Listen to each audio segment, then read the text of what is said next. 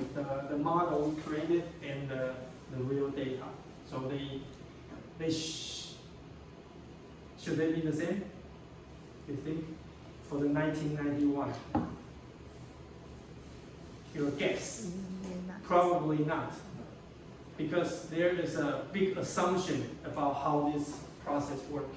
And this is also the practice. They say, if continue to project the model, sometimes it will become a steady state. That means it will not change again, because if it is kind of directional, if one will become two, two will become three, then eventually everything will become old growth, right?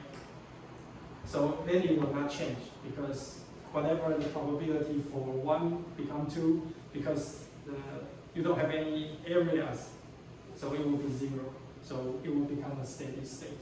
So that's one of the important things for take-home message for this process.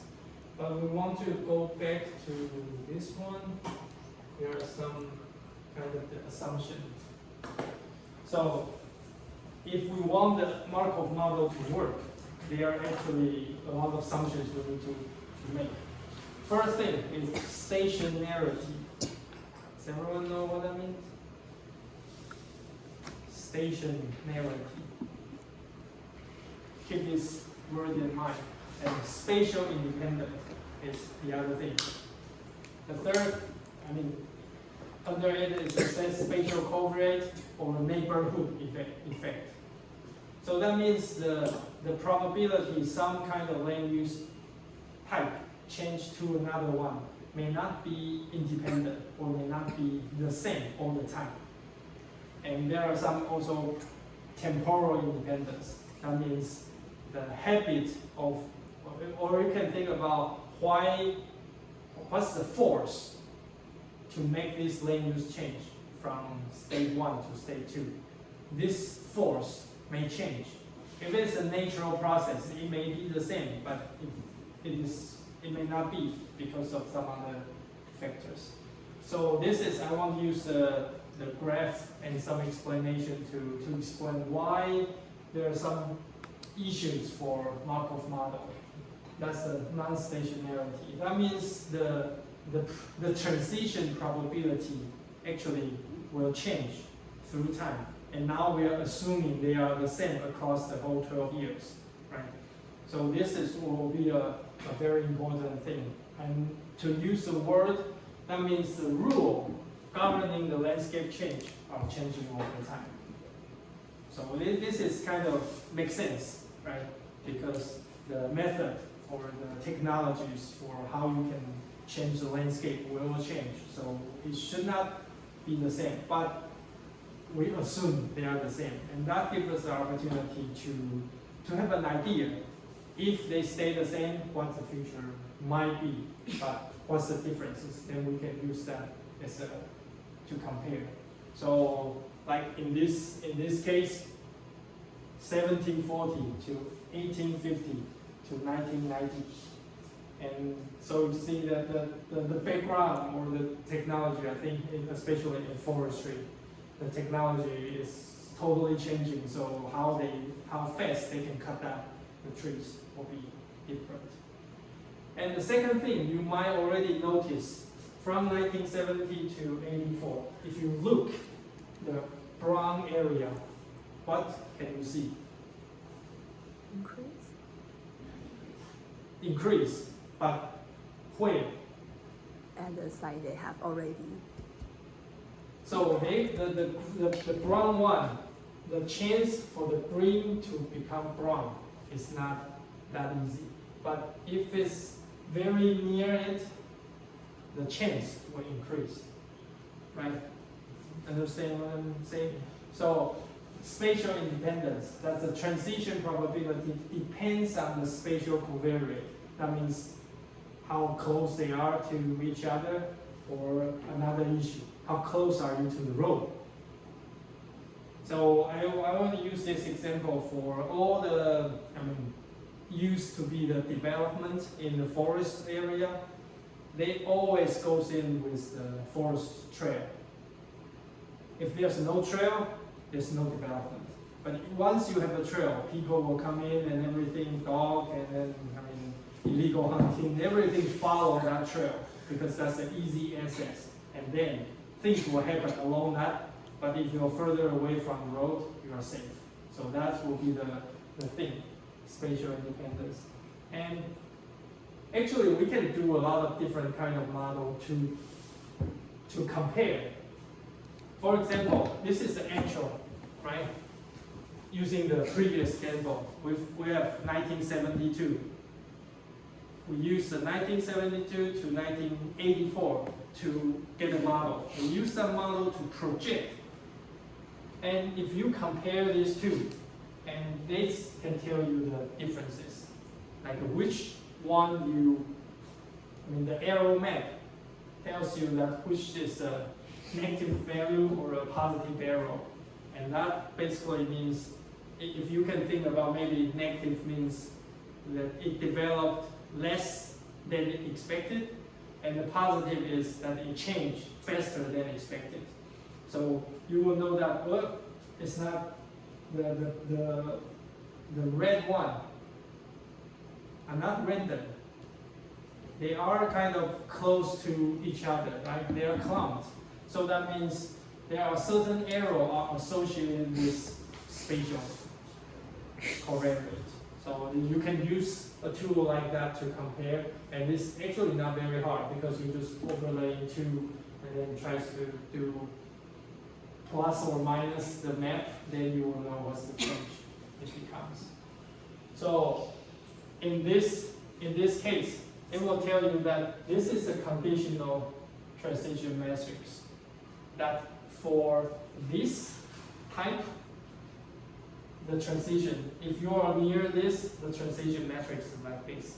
If you are near this, the transition will be this. If you are near this one, the transition will be different. So that gives you an idea. Well, it's not for this transitional matrix, it's conditional on the land use surrounding it or near it. You can use this kind of concept. So that means we cannot use an overall average idea. Well, it gives us something, but it's not very accurate. So if we can get that kind of information, of course, our model will be more accurate. And this is a similar thing, but I think from different angle. It's the probability becomes conditional on the state of the neighbor site, that even specific. That the example road is actually better using here. That the neighbor effect will actually influence on how it will change in the future. And so either for spatial covariate and the neighborhood effect, it is a spatial dependency, that it depends on the distance to each other that will change how will they do. And the next thing is the role of history. That means when we develop a matrix and we say, okay, from 1 to 2 or 1 to 3, each land use change probability, sometimes we also need to think about maybe it has memory.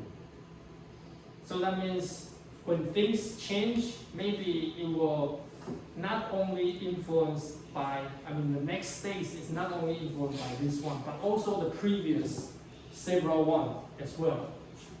Think about if the road, something near the road is converted to a forest again, but things will be more likely to influence by what it is before, things like that. So there's a memory. That means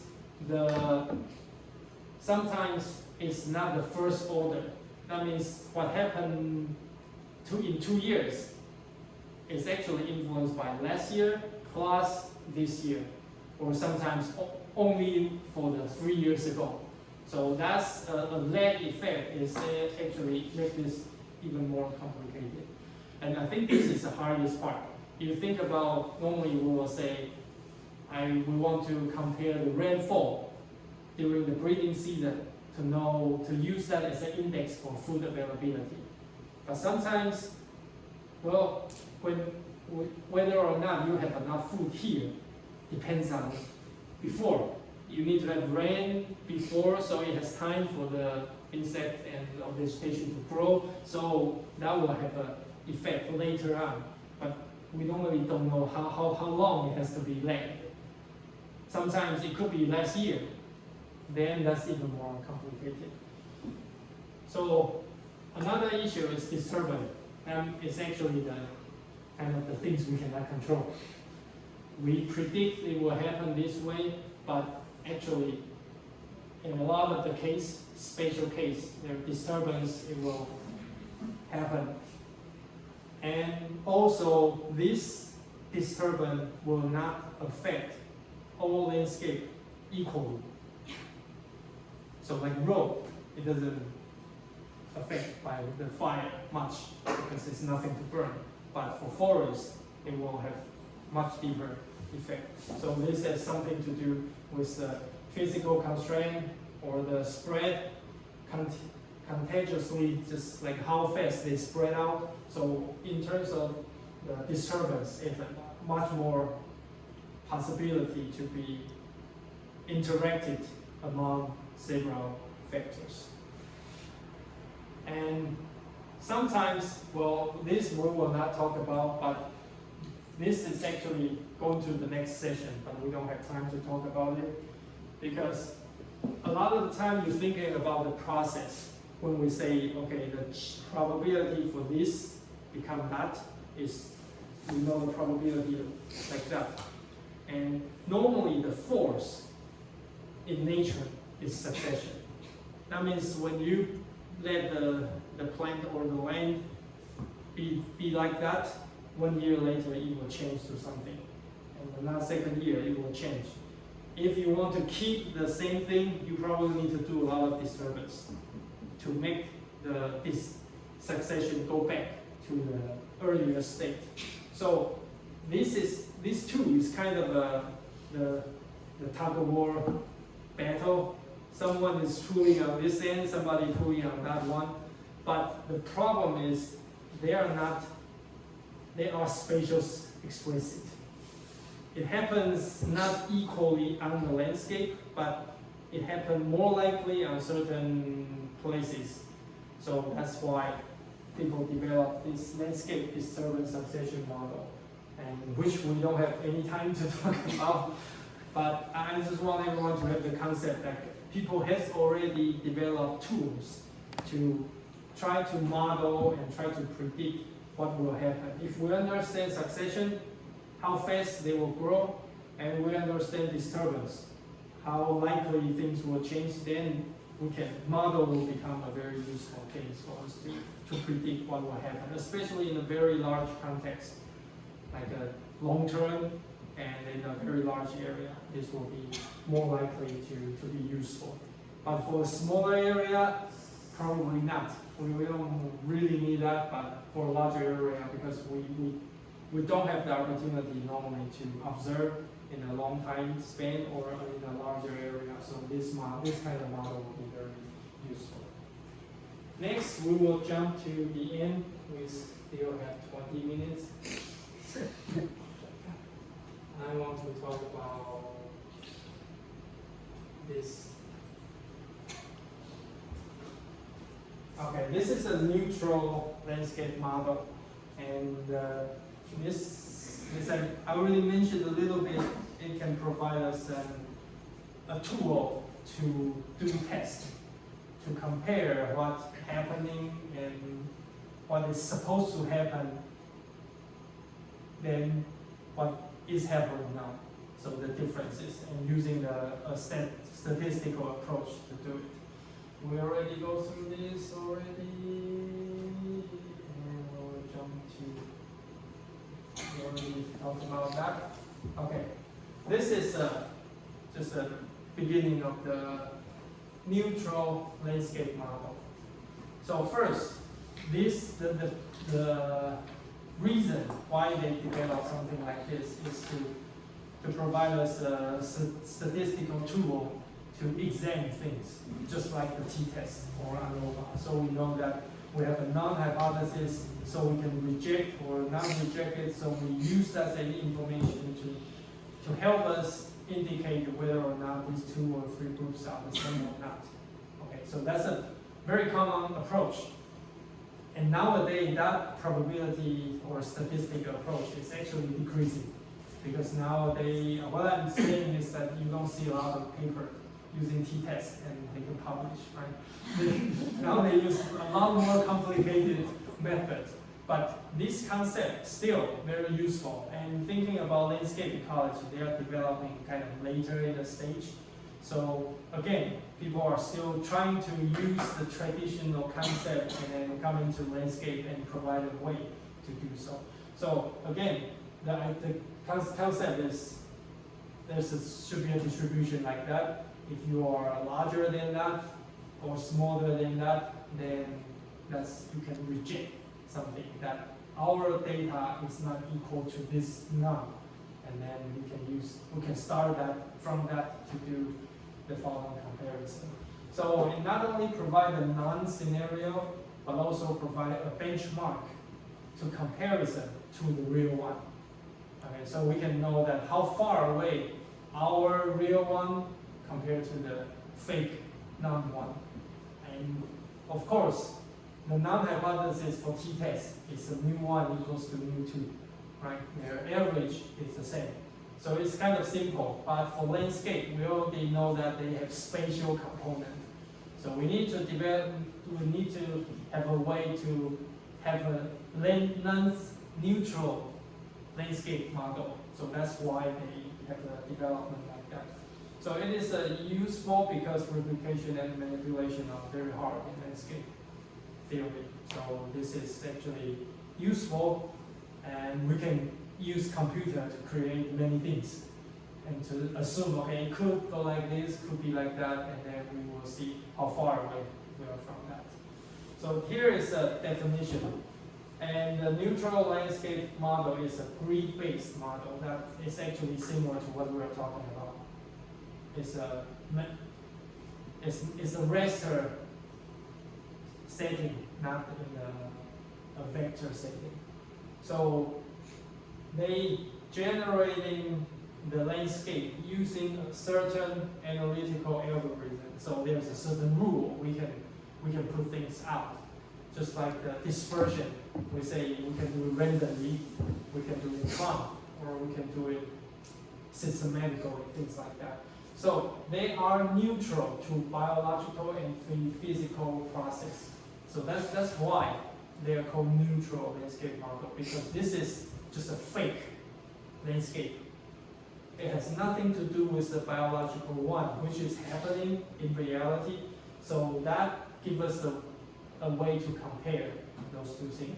So if in reality things happen in this manner, but we see something very similar or very different in the non-hypothesis, then we will have some sense to know what kind of change we make will influence the real one. So they're neutral to biological and physical process, and so that's totally just generated by the certain algorithm. So for things like that, do you think it's a real landscape or a hypothetical landscape?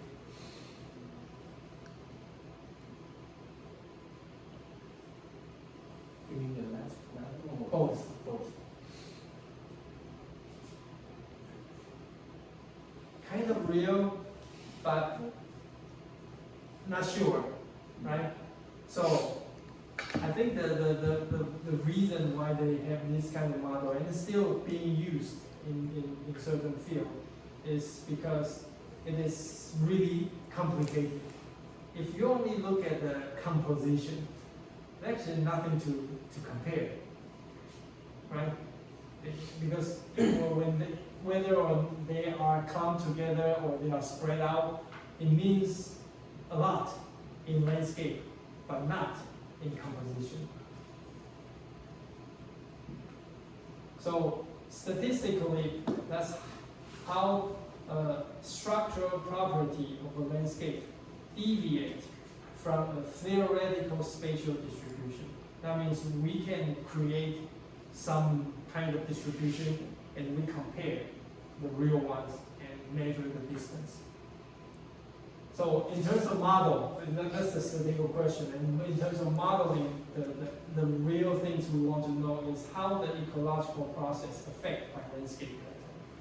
But in reality, we cannot do that, so we use this kind of information to help us. Okay. So neutral model do not represent actual landscape. I think that's the very key concept here. And they are using as a non-hypothesis manner and can help us to do that. So, for example, if we generate things randomly, we just give them, for example, p equals to maybe 0.7. So we have 70% of or 60% of the black ones. And this is the random way. This is a hierarchical way. So you can see some pattern, right? Some larger patch. I mean, if you look at the white, and they're all square, that's our the attribute that we gave the model, the model to provide. Some of them are big, some of them are small, medium, and some of them are very, very small. And you can tell the model what kind of things you want to create. And this is a fractal. What I mentioned is not just a line, but also it could be not a direct line, it could be a curve. It's not a plane, but it could be 3D, like a dimensional. So they can create something like that.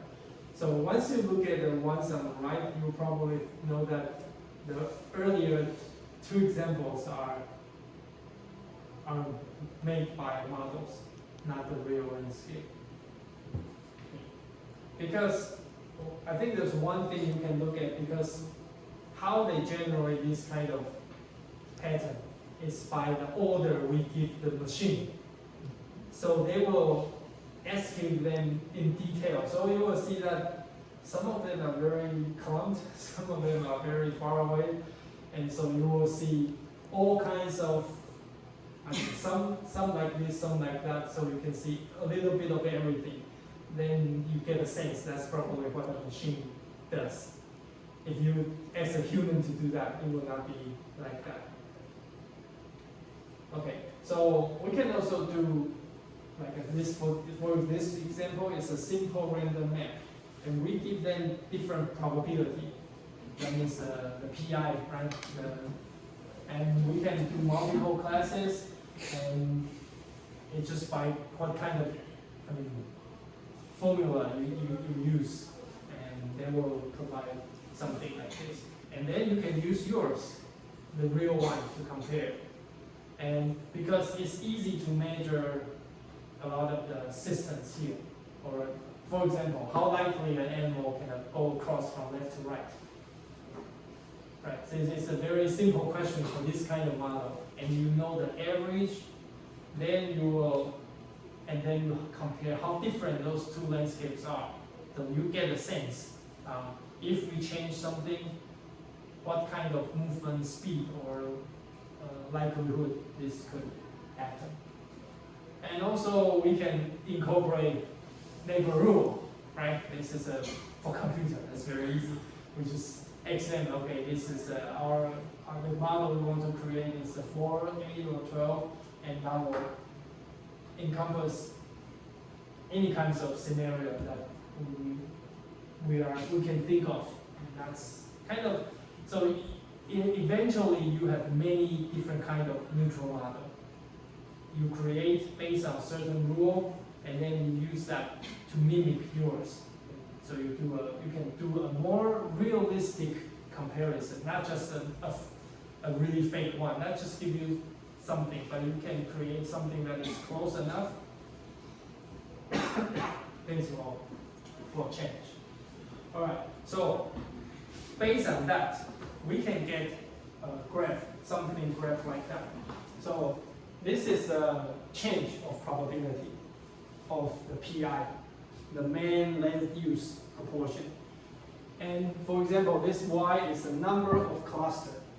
So that means if we do it randomly, we can do it many, many times, right? So it will give us an average. So if it's a 0, then there's no cluster. But if you started to have 10%, 20%, the cluster will increase. But it will, number of clusters will go to a certain degree, and then it will start to go down. Because there are too many of them, they will get together, right? So so this is an example. You can see that if we only use the PI as a change, and we give them, okay, either this is a 4 neighbor or 8 neighbor or 12 neighbor, this graph will change, the curve will change, and that actually provides us a very good indicator. When the PI equals to maybe 0.3, that's the time we will have the most cluster. Same thing here. This is the size of the largest cluster, how big it will be. Originally, because they are all separated, so you don't have a large one. But once they connect to a certain point, you see the turning point.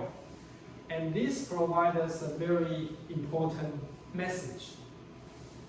What if our original forest is 100%? Once we cut it down to 50%, it may disrupt the whole process. But again, this is a random map. How we cut down trees are not random. It's not going to, okay, we cut there and there, and nobody will do that. That's just wasting time and money. They will do it separately, more like a hierarchical way.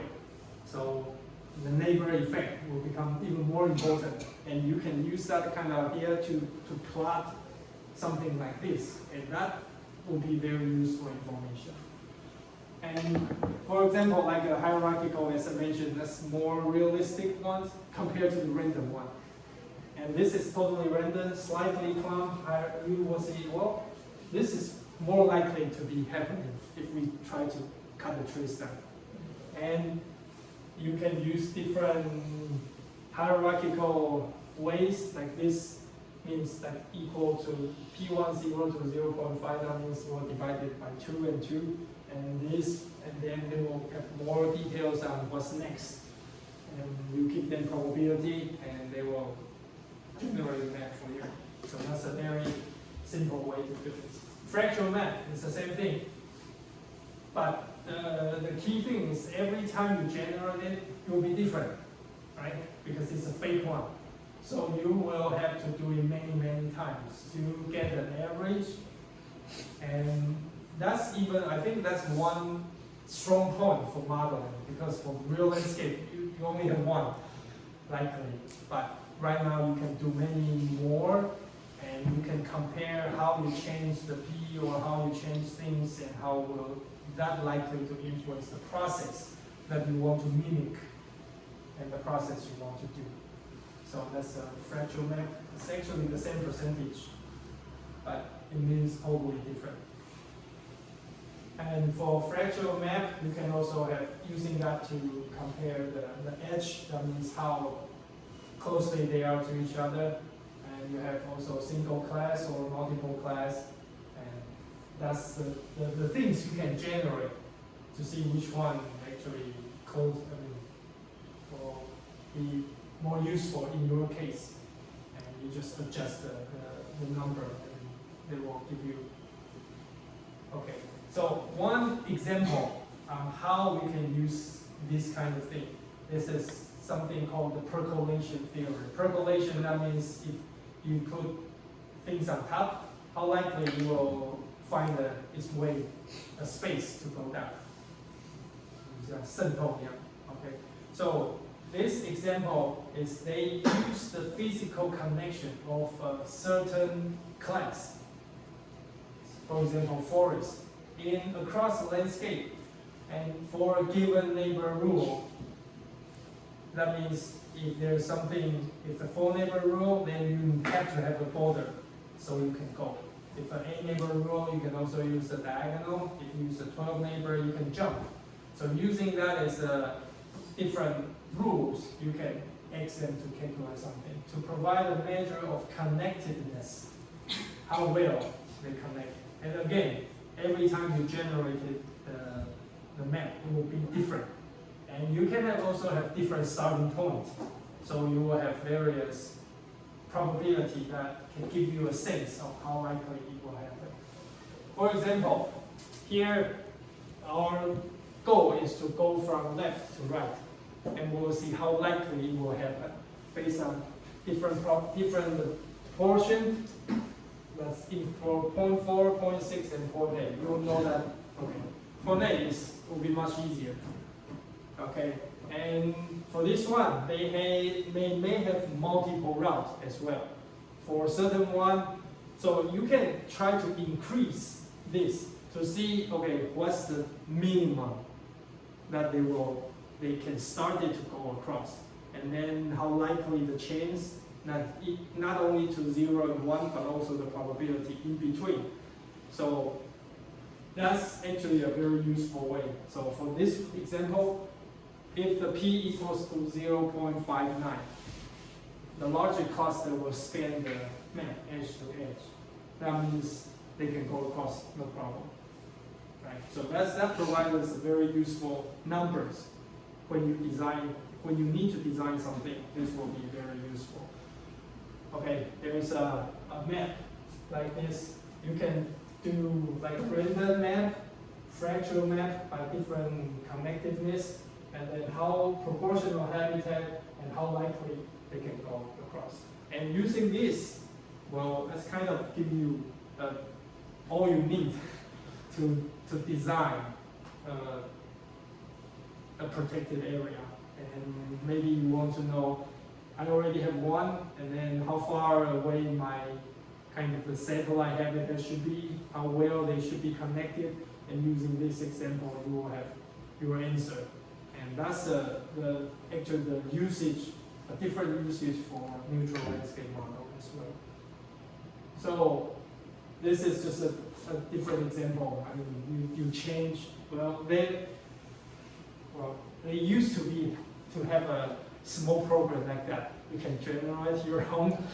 Well, I believe they have different versions now as well. It's just I didn't find it. It's just like a game. You can create your own landscape, and then you can to get that. Okay, for 4 neighbor rule, that's something like they cannot jump. For 8 neighbor rule, that's something you can jump. For 12 neighbor, that's something can fly. Things like that, and you can have different examples or try to set different rules. And then not only, in addition to those 4, 8, 12, you can have even more, or considering the distance, how far you can go across using that as a way. So it's kind of like a game. You can play, and then at the same time understand how they will go. And for things like that, this is just one index. Okay, you don't need to worry about what that is, just an example. But you can see based on different rules, the probabilities, how things will change. Now you will know that what's the critical number to find. And it's something for calculation theory. Things similar like that can be extremely useful if you understand your system. And then if you can, once you understand the system and the process you are interested in, you can try to mimic something based on the neutral landscape model, and then to create a map and then do some simulation, and you'll have a lot of information based on that. Yeah, that's it. And so this is a threshold effect that we can get from this kind of graph, right? You know, this is extremely useful. And then also sometimes they will provide us a range of what's the kind of the expected range that we can get in the reality. So through this modeling, we said, okay, theoretically, how likely you can go, but you can have an idea of the range we will go through. Okay, I think that's all. Just in time to finish